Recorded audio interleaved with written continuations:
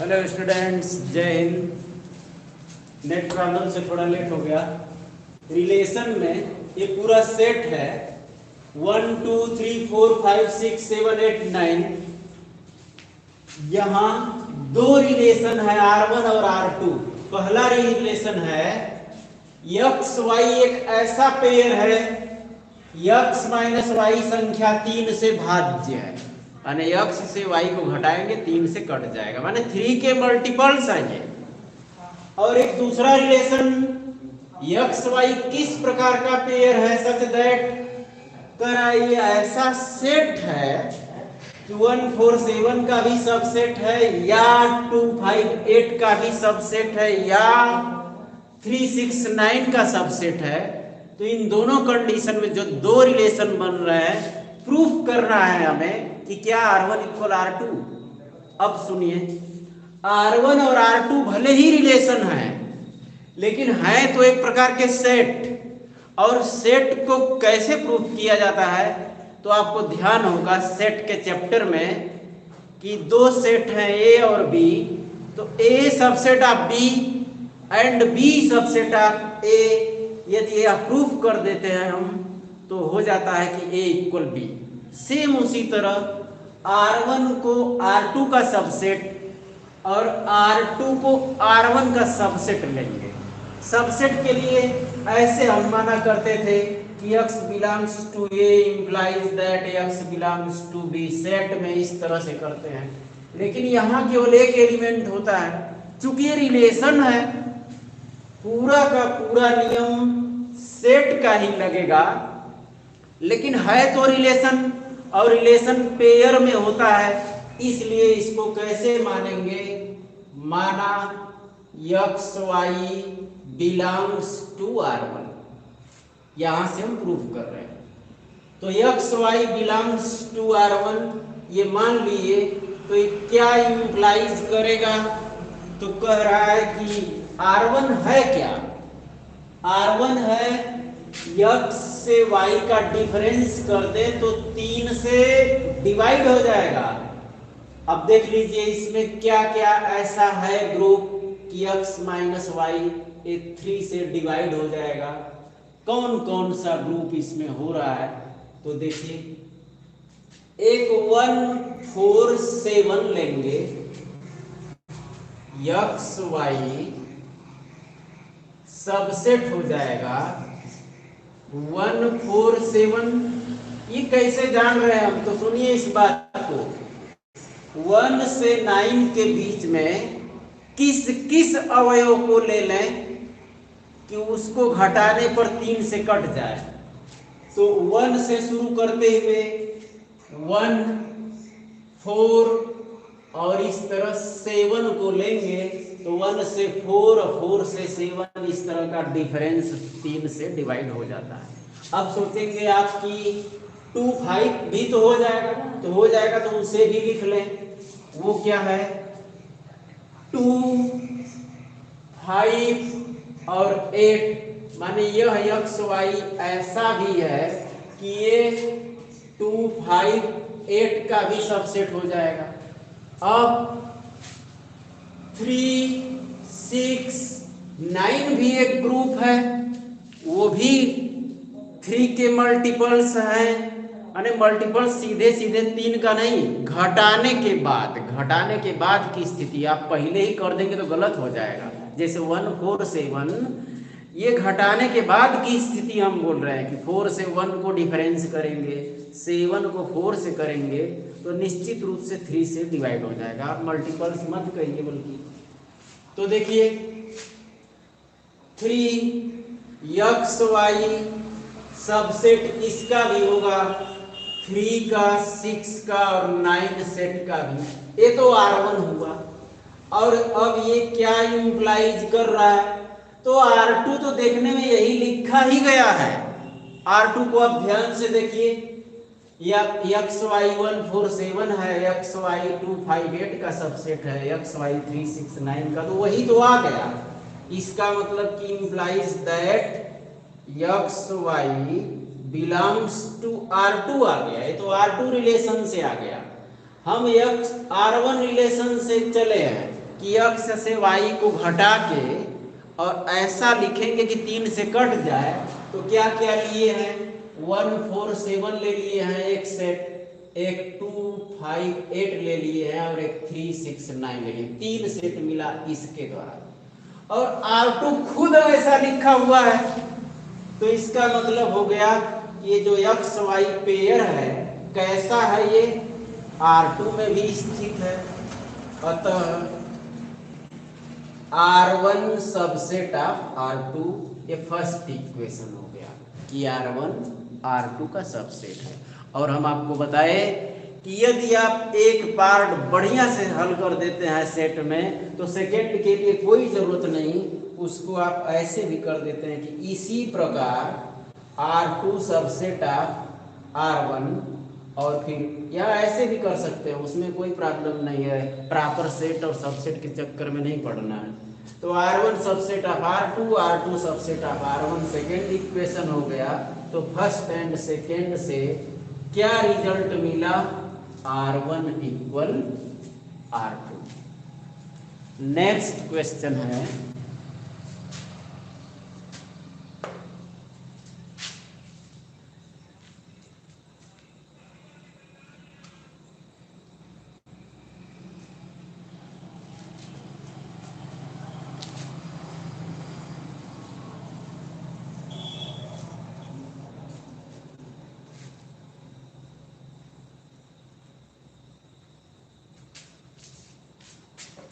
सिद्ध कीजिए कि धन पूर्णांकों के समुच्चय पर संबंध ए रिलेटेड बी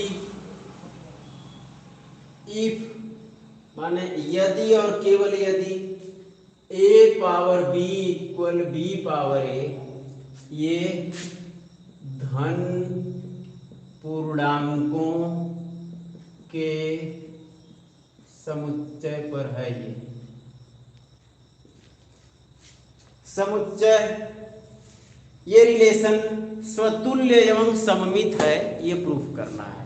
स्वतुल्य और सममित कैसे प्रूफ करते हैं, तो इस तरह स्वतुल्य के लिए माना ए बिलोंग्स टू एन, ऐसे पूरा लिख देते हैं, माना सभी ए बिलोंग्स टू एन के लिए, ये फॉर ऑल होता है। तभी तो यदि सेट ए 1 2 3 है तो 1 1 2 2 3 3 सब आता है, कुछ छूटता नहीं है कोई पेयर। तो यहाँ सभी शब्द भी लिख देंगे, या संकेत में लिखना है तो ऐसे कर देते हैं, माना सभी ए बिलोंग्स टू एन के लिए।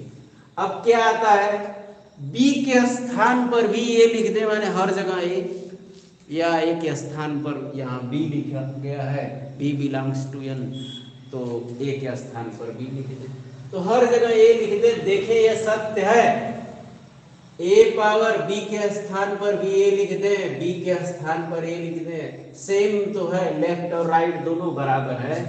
इसका मतलब हुआ ए रिलेटेड ए,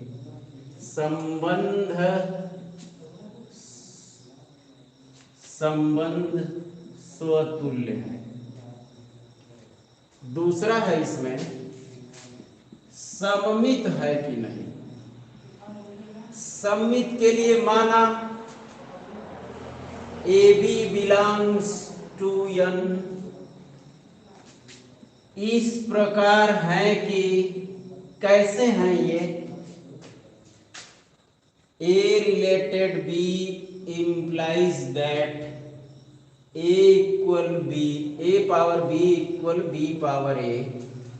अब इसको राइट में और इसको लेफ्ट में लिख देने से कोई प्रभाव नहीं पड़ेगा, b power a equal a power b। देखिए x इक्वल y या y इक्वल x एक ही बात है, उसी तरह a power b equal b power a है, तो हम b power a equal a power b लिख दे। ऐसा क्यों लिखे, जहां a से b का रिलेशन था वहां b से a का रिलेशन हो गया, यहां b रिलेटेड a आ गया, अतः संबंध सममित है।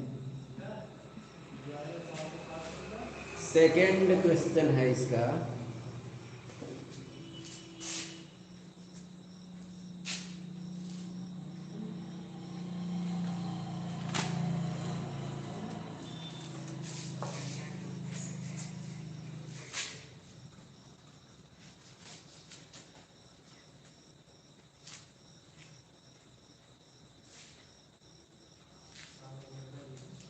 क्वेश्चन है सम्मिश्र संख्याओं के समुच्चय पर शून्य के अतिरिक्त सम्मिश्र संख्याओं के लिए कॉम्प्लेक्स नंबर के लिए कैपिटल सी का प्रयोग करते हैं। अशून्य को छोड़कर तो सी जीरो लिख देंगे, शून्य को छोड़कर हो जाएगा। शून्य के अतिरिक्त परिभाषित संबंधार इस प्रकार है कि Z1 related Z2 if Z1 minus Z2 upon Z1 plus Z2 एक वास्तविक संख्या है, एक वास्तविक संख्या है और समुच्चय क्या है? शून्य को छोड़कर सम्मिश्र संख्याएं, इसको C0 भी बोलते हैं। प्रूफ करिए कि R एक तुल्यता संबंध रखता है, तो फिर वही स्वतुल्य, सममित और संक्रमक।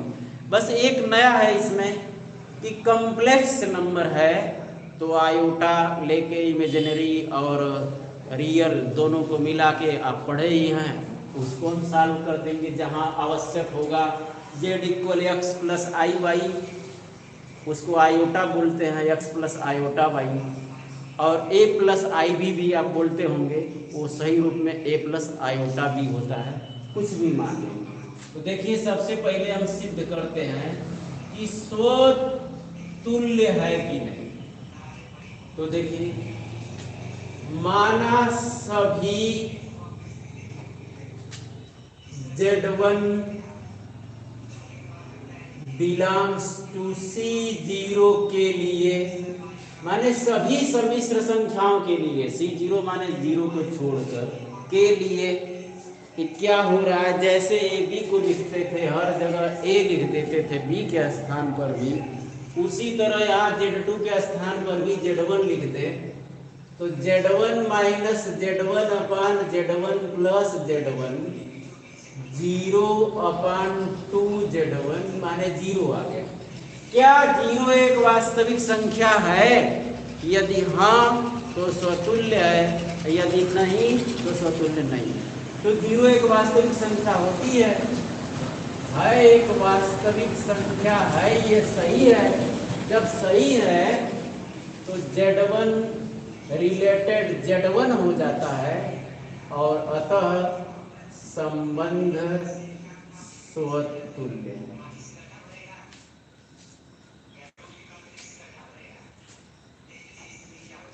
सममित में देखिए, सममित में कैसे हल करते हैं। माना Z1 Z2 belongs to C0, इस प्रकार है कि, किस प्रकार है, तो ये रिलेशन क्या है, Z1 related Z2 implies that, थोड़ा शोर हो रहा है,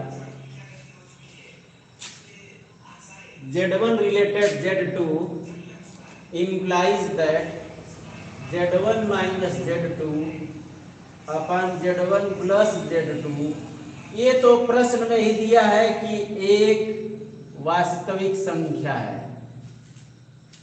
अब यदि इसमें हम माइनस का गुणा कर दें तब भी वो वास्तविक ही रहेगा। माने यदि 5 वास्तविक है तो -5 भी वास्तविक होता है, -7 वास्तविक है तो +7 भी वास्तविक होता है। तो इस स्थिति में यदि यहाँ -1 का गुणा कर दे, माने ये साइन चेंज हो जाए, तो Z1 माइनस Z2 अपन Z1 प्लस Z2 ये भी एक वास्तविक संख्या है। क्यों ऐसा किए हैं? माइनस का संक्रिया कर दें, इसमें ऑपरेशन कर दें तो माइनस के कारण ये Z2 माइनस Z1 हो जाएगा। माइनस का गुणा कर दें तो माइनस Z2 से प्लस Z2 माइनस Z1, और Z1 प्लस Z2 को तो आप Z2 प्लस Z1 भी लिख सकते हैं। तो ये भी एक वास्तविक संख्या है। यहां तो कुछ नहीं किया गया, ये वास्तविक है तो इसका माइनस पार्ट भी वास्तविक होगा, और जब ये वास्तविक है तो बस गुणा कर दिए वो भी वास्तविक है। यहां क्या आ गया, implies that Z2 related Z1, यहां क्या आ गया, Z1 related Z2 implies that Z2 related Z1, अतः संबंध सममित है। इसका थर्ड पार्ट होता है संक्रमक है कि नहीं। संक्रमक की स्थिति देखिए,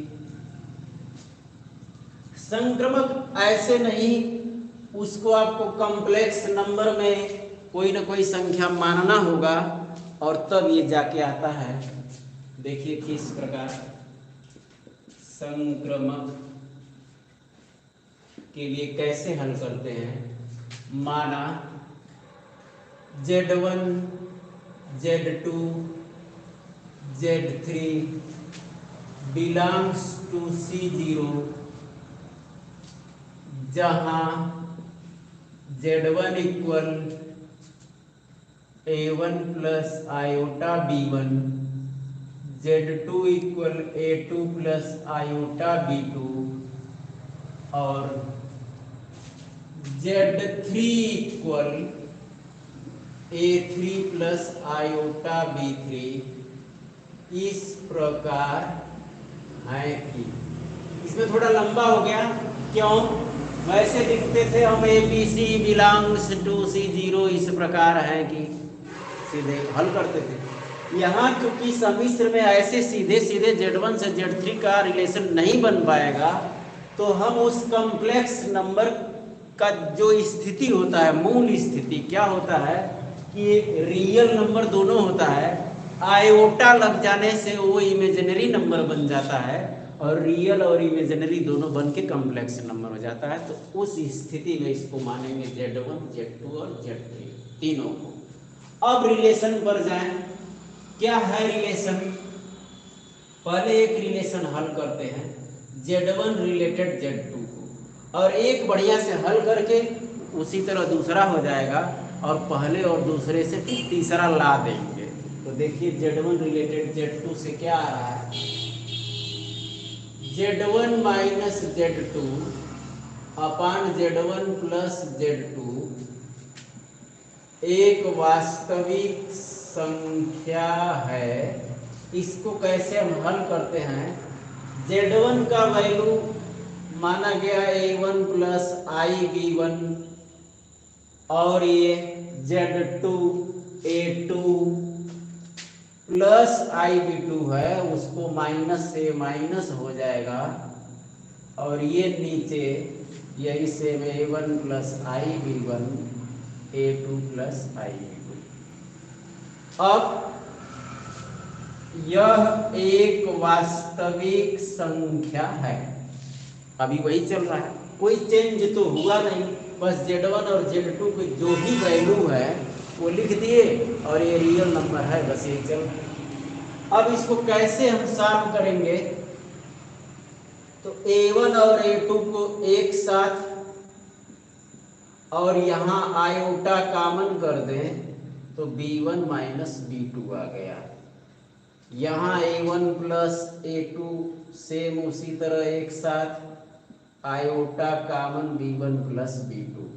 सॉल्व कैसे करते हैं, यहाँ इसके कॉन्जुगेट से, कॉन्जुगेट कैसे होता है, यहाँ साइन चेंज हो जाता है, प्लस है तो माइनस लिख लेते हैं, माइनस है तो प्लस लिख लेते हैं। तो क्या आ जाएगा, ये A1 प्लस A2 और यहाँ माइनस लिख के आयोटा B1 प्लस B2 यहाँ अंश में भी और सेम उसी का हर में ऐसे गुणा कर देते हैं, आयोटा B1 प्लस B2, और ये तो चलता रहेगा कि एक वास्तविक संख्या है। अब कैसे इसको गुणा करेंगे? नीचे तो देखिए बन गया है रियल, ऊपर कैसे बन रहा है इसको आपको देखना है।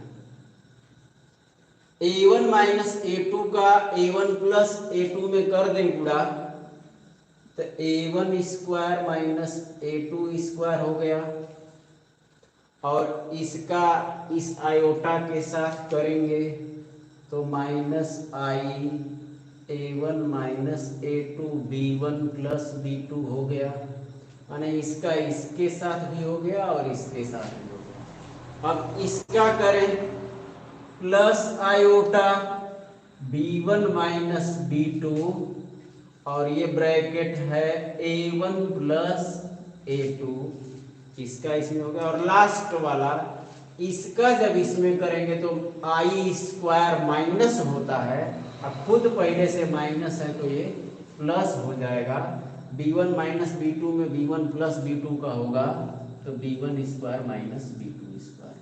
और नीचे क्या दिया हुआ है यहाँ देखिए, सीधे सीधे जैसे x plus y x minus y, वर्गांतर का आप फार्मूला पढ़ते हैं x plus y x minus y, तो x का होल स्क्वायर माइनस वाई का होल स्क्वायर आता है।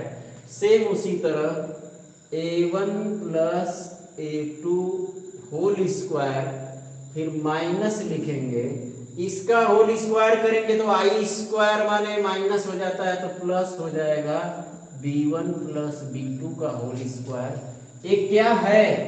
एक वास्तविक संख्या है।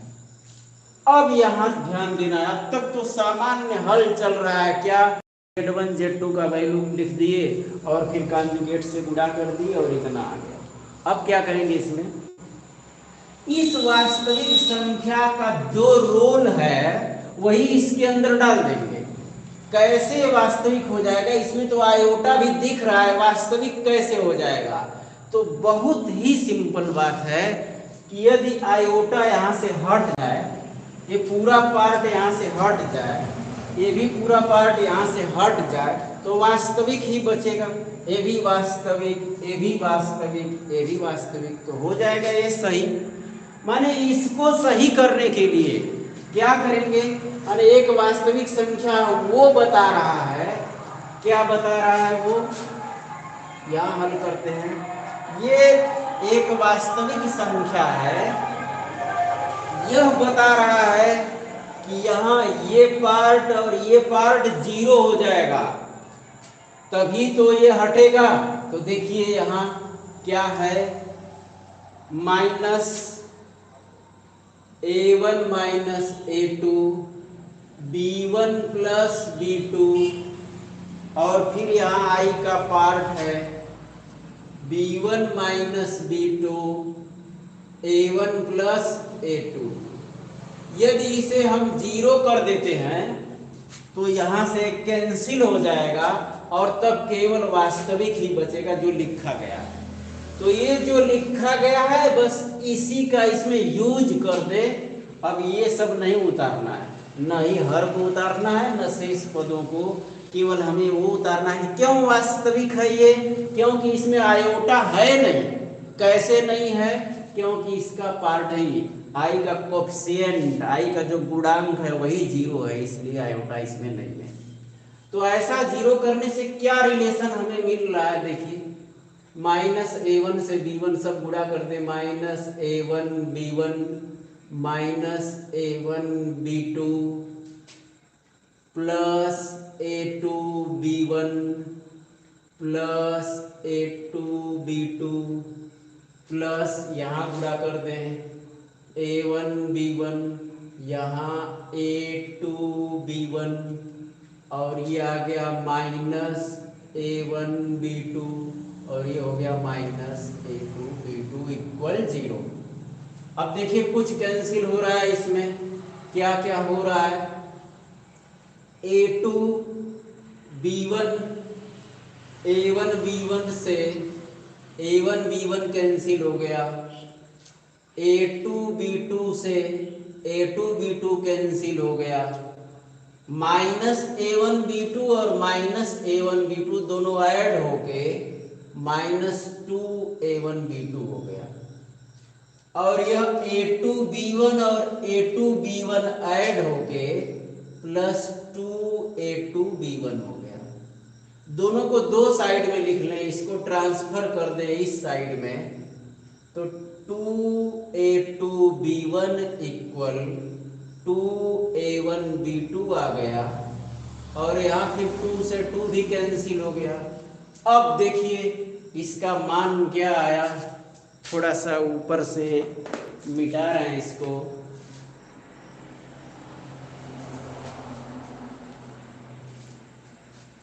इसका मान क्या रहा है, A2B1 और A1B2 में B1 को राइट में और B2 को इस तरह लेफ्ट में हम ट्रांसफर करें तो A2/B2 A1/B1 आ जाएगा। चाहे उसी को पहले लिख देंगे उसको बाद में लिख देंगे, उससे कोई फर्क नहीं पड़ता है। तो देखिए अब क्या आ रहा है, A1/B1 इक्वल A2/B2 आ गया। उससे A1/B1 इक्वल A2/B2 आ गया। ये पहला वाला रिलेशन।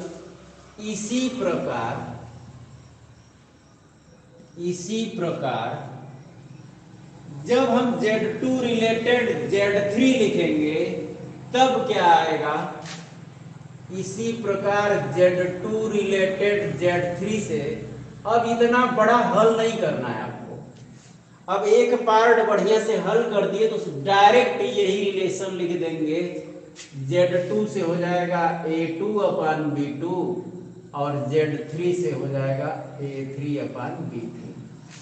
इस फर्स्ट इक्वेशन और इस सेकेंड इक्वेशन से दोनों से क्या मिल रहा है, देखिए A1/B1 equal A2/B2 equal A2/B2 equal A3/B3। दोनों को ऐड करिए आप, माने मान रखिए तो ये सेम मिल गया।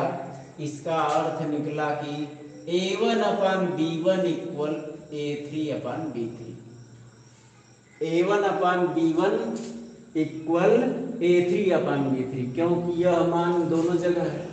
अब ये क्या इंप्लाइज करेगा, ये इंप्लाइज कर रहा है Z1 रिलेटेड Z3, क्योंकि Z1 रिलेटेड Z2 से ये आया था, Z2 रिलेटेड Z3 से ये आया था। यहाँ 1 1 2 2 2 2 2 3 3 है और यहाँ आ गया 1 1 3 3, माने A1/B1 A3/B3। तो यहाँ कैसा रिलेशन बन गया, ये बन गया Z1 रिलेटेड Z3। अतः संबंध क्या हो गया, संक्रमक। तो इस तरह संबंध स्वतुल्य है, सममित है और संक्रमक है। तो तुल्यता का संबंध रखना है, माने स्वतुल्य में और सममित में केवल आप Z1 Z2 को सीधे लेके हल करेंगे और संक्रमक में वो सीधे सीधे हल नहीं हो पाता है। वहाँ आपको A plus iota B X plus iota Y इस तरह से मानना होगा। सेकेंड क्वेश्चन है इसका नेक्स्ट।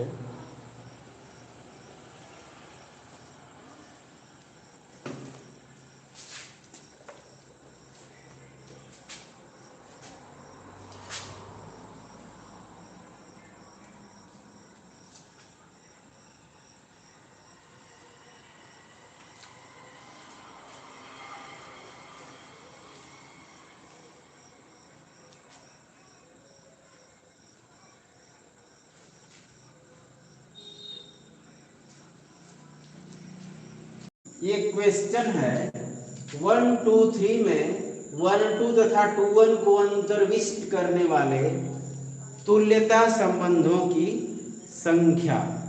ऐसी कितनी संख्या, माने कितने रिलेशन बनेंगे इसमें, तो देख लीजिए। एक सेट दिया है 1 2 3,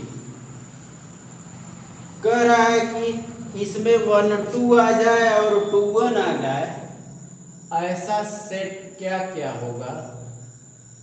और इसमें पूछा गया तुल्यता संबंध, माने वो स्वतुल्य भी हो, सममित भी हो, संक्रमक भी हो। और उस रिलेशन में शर्त दिया है कि 1 2 भी रहे और 2 1 भी रहे, ये दोनों भी रहे। तो क्या क्या रिलेशन बनेगा, एक तो बनेगा 1 1 2 2 3 3 वाला पेयर स्वतुल्य के लिए, और 1 2 2 1 इसमें रहेगा ही। 1 2 2 1 क्वेश्चन में दिया है कि रहेगा, और 1 1 2 2 3 3 हम इससे ले लिए। अब जांच करें कि क्या ये स्वतुल्य, सममित और संक्रमक तीनों है, तो जांच करिए। इन तीनों पेयर के कारण ये स्वतुल्य है। 1 2 है, 2 1 है, ए बी है तो बी ए है, तो सममित भी है।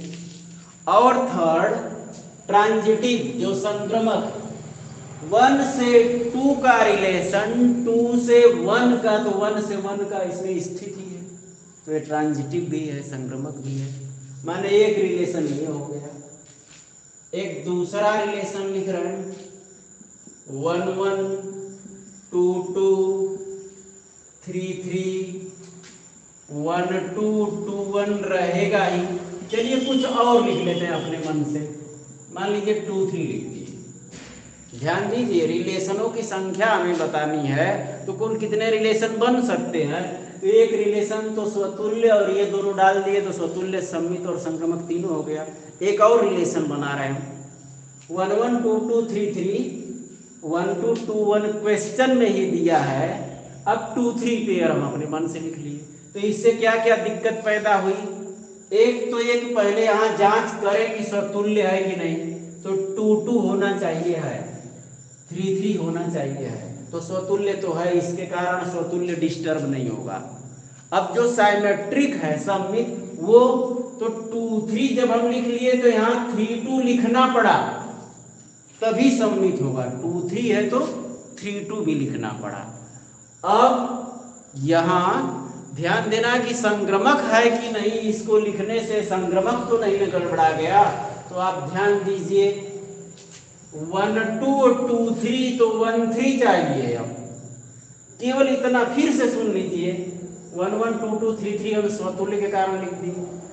1 2 2 1 क्वेश्चन में दिया है, एक पेयर हम और बढ़ा दिए, क्योंकि कई रिलेशंस न बनाने हैं, तो एक पेयर हम बढ़ा दिए 2 3। 2 3 बढ़ाने के कारण हमें 3 2 लिखना पड़ा, क्योंकि सममित चाहिए। अब 3 2 लिखने के कारण और 2 3 लिखने के कारण यहाँ रिलेशन देख रहे हैं, ए से बी का, बी से सी का, तो ए से सी का 1 3 की जरूरत पड़ने लगी इसमें। अब जब 1 3 की जरूरत भी पड़ गई, तो यहाँ 3 1 रहना चाहिए, क्योंकि 3 1 नहीं रहेगा तो ये सममित नहीं हो पाएगा। अब देखिए, ये पूरा का पूरा कुल 3 अवयव है, और 3 से 9 पेयर बनते हैं, 3 गुणे 3, समुच्चय ए में 3 अवयव, समुच्चय बी में 3 अवयव, माने ए में 3, ए में 3, तो 3 त्रिका 9, n स्क्वायर होता है पेयर। अब पूरे पेयर ले लिए आप इस रिलेशन के लिए, एक लेने के कारण और 3 लेना पड़ा। क्यों लेना पड़ा? क्योंकि हमें सममित भी दिखाना है, स्वतुल्य भी दिखाना है, और संक्रमक भी दिखाना है। अब ये तो सार्वत्रिक हो गया, यूनिवर्सल रिलेशन हो गया, जो होता है कि R2 सबसेट ए क्रॉस ए हो गया। बस जानकारी के लिए लिख दिए कि ये सार्वत्रिक रिलेशन हो गया, ये सबसेट होता है सार्वत्रिक का, क्योंकि पूरा का पूरा 9 पेयर आ गया इसमें है। आपको जानना बस इतना ही है कि R1 एक बनाए थे आप रिलेशन, और एक और बनाने की कोशिश करने में पूरा का पूरा यूनिवर्सल रिलेशन ही लिख देना पड़ा। इसका मतलब बीच में कुछ बन ही नहीं रहा है। तो ऐसे संबंधों की संख्या यहाँ जो पूछा है क्वेश्चन में, कितनी हो जाएगी संबंधों की संख्या? केवल 2 होगी। क्यों? क्योंकि एक रिलेशन इस तरह से बन रहा है और एक पूरा यूनिवर्सल रिलेशन लेना पड़ा, बस 2। नेक्स्ट क्वेश्चन है,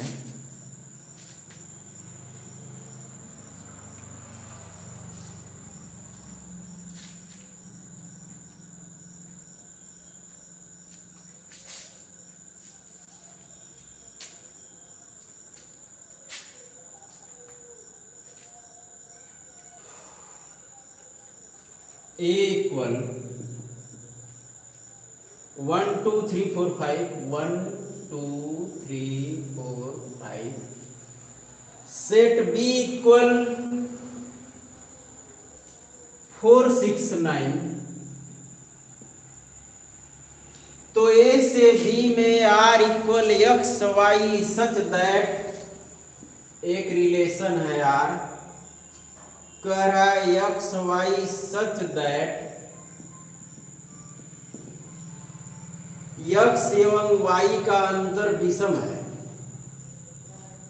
एक्स एवं वाई का अंतर विषम है, ये ध्यान देना परिभाषा का।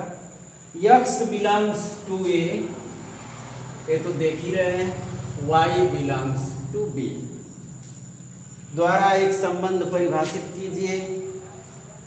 अब देखिए यहां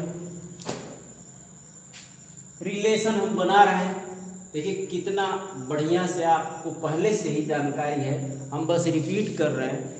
कब विषम आता है दो संख्याओं का अंतर?